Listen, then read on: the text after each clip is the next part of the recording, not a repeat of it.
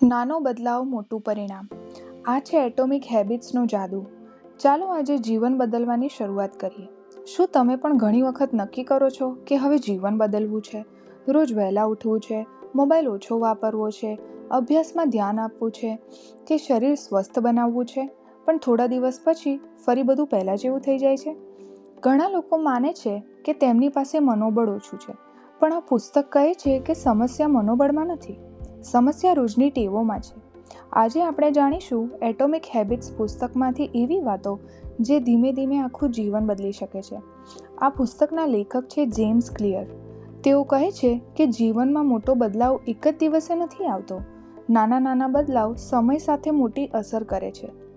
એકવાર વિચાર કરો, જો કોઈ વ્યક્તિ દરરોજ થોડો સમય વાંચે, થોડો સમય કસરત કરે, થોડો સમય નવી વસ્તુ શીખે, તો 1 વર્ષ પછી તેનું જીવન કેટલું બદલાઈ શકે છે.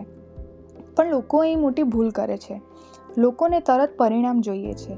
2 દિવસ કસરત કરીને શરીર બદલાઈ જાય એવી આશા રાખે છે. થોડા દિવસ અભ્યાસ કરીને ખૂબ આગળ વધી જવાની આશા રાખે છે. પણ સાચો બદલાવ ધીમે ધીમે આવે છે. જેમ બીજ વાવ્યા પછી તરત વૃક્ષ નથી બનતું, એ જ રીતે સારી ટેવો પણ સમય લે છે. આ પુસ્તકમાં એક ખૂબ સુંદર વાત કહેવામાં આવી છે. માત્ર લક્ષ્ય નક્કી કરવાથી કંઈ બદલાતું નથી. યોગ્ય રોજિંદી રીત બનાવવી વધારે જરૂરી છે. ઘણા લોકો કહે છે મારે સ્વસ્થ બનવું છે, પણ શું તેમની રોજની ટેવો સ્વસ્થ છે? ઘણા લોકો કહે છે કે મારે જીવનમાં સફળ થવું છે, પણ શું તેઓ રોજ નવું કંઈ સારું શીખે છે? સફળતા એક મોટી ઘટના નથી. સફળતા રોજના નાના નિર્ણયોથી બને છે. અને પછી એક પુસ્તક ખૂબ જ શક્તિશાળી વિચાર સમજાવે છે. જો તમે ખરેખર બદલાવ લાવવા માંગો છો, તો માત્ર કામ બદલશો નહીં, પોતાની ઓળખ બદલો. ઉદાહરણ તરીકે, જો કોઈ કહે હું પુસ્તક વાંચવાનો પ્રયત્ન કરી રહ્યો છું, તો માત્ર એ એક કામ છે. પણ જો કોઈ કહે હું વાંચન પ્રેમી વ્યક્તિ છું, તો એ ઓળખ બની જાય છે.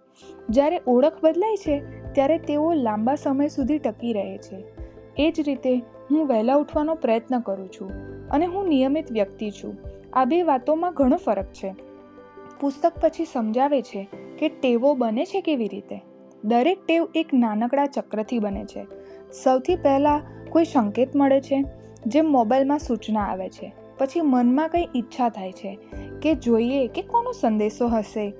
પછી આપણે મોબાઈલ ખોલીએ છીએ અને પછી થોડો આનંદ મળે છે. આ જ પ્રક્રિયા વારંવાર ચાલે છે અને ધીમે ધીમે ટેવ બની જાય છે. એટલે ઘણી વખત લોકો કહે છે મને ખબર છે કે આ ખરાબ છે, છતાં હું રોકી નથી શકતો, કારણ કે ટેવો મનમાં ઊંડે સુધી બેસી જાય છે.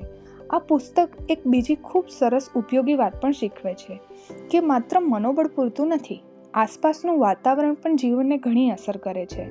જો અભ્યાસ કરતી વખતે મોબાઈલ બાજુમાં પડ્યો હોય તો ધ્યાન ભટકશે જ, પણ જો મોબાઈલ દૂર મૂકી દો તો ધ્યાન વધારે સારું રહેશે.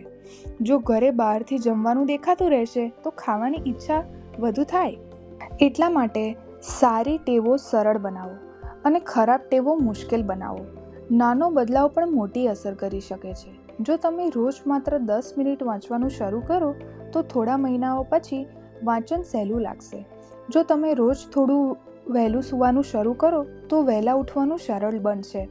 જીવન એક જ દિવસે બદલાતું નથી, પણ રોજના નાના સુધારાઓ સમય સાથે અદ્ભુત પરિણામ આપે છે.